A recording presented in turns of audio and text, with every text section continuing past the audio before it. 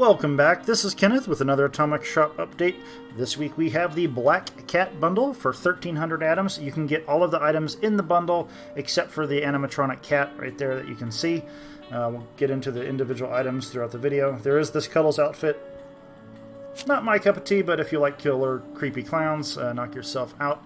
Also, 4 great camp item bundles here you might want to check out, as well as over in the special section, a free coffin, and these 2 bundles. My personal favorite, the Contemporary bundle. Love this bundle, loaded with lots of great stuff.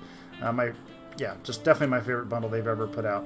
And thankfully, I like how they have this Fallout First section because it allows Fallout First members or non-members to see the exact benefits they're getting. Everything in here is discounted, most of which I already have. But nice that they did that. And oh my gosh, this week, they're doing a preview for Fallout First, in case you're on the fence. And so, if you get it, you have a week of Fallout First, and it also lets you claim the mechanics wallpaper and floor, which you then have to go to the camp items here, scroll down to claim them individually. But back up here under the Fallout First stuff, this mummy costume is free, so for Fallout First members, so be sure to pick that up. And we'll take a look at that first thing, in fact. Great effect on the eyes there, glowing eyes with the kind of the yellowish green smoke coming out of it. Looks good. And moving on to the bundle here, the Black Cat bundle. So here we have our titular Black Cat, which when you activate it, does what cat things do. No electricity required, no batteries needed. I do wish it was a motion censored thing, but it looks good when it works like that, I guess. Anyways, moving on, we have the 3 candles here. Love the way the red wax is bleeding down the skulls there. They don't give off the best light, so I didn't bother showing them off at night, really. But anyways, moving on, here we have the sound box. And, the skull candles, you can get that set for 250 atoms. This sound effects box, also 250 atoms. Just makes some creepy noise. It stays on perpetually, no electricity required, so that is a nice thing, especially for those of you doing the Halloween-themed camps right now.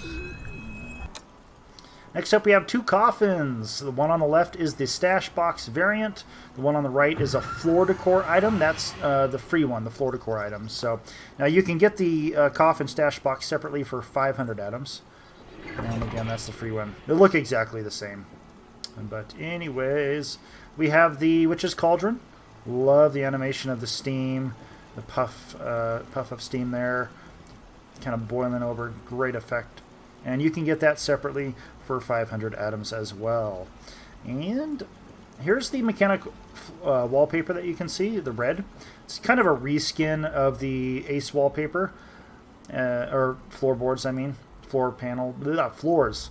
And here we have the wallpaper. On the left, Armor Ace. On the right, the mechanics. So again, just kind of a reskin. But I think those would complement each other really well in a camp where one room is red, maybe another room is blue.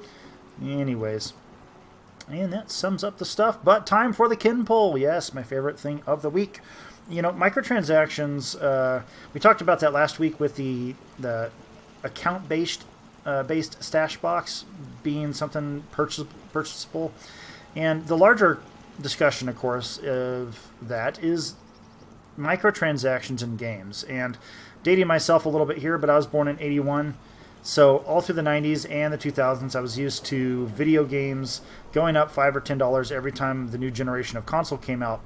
But for the most part, games have flatlined at 60, maybe $70 for the past decade or more. And so I'm just kind of curious, would you guys rather pay more upfront for a video game that does not have any microtransactions in it, or pay less upfront for a game that will include microtransactions?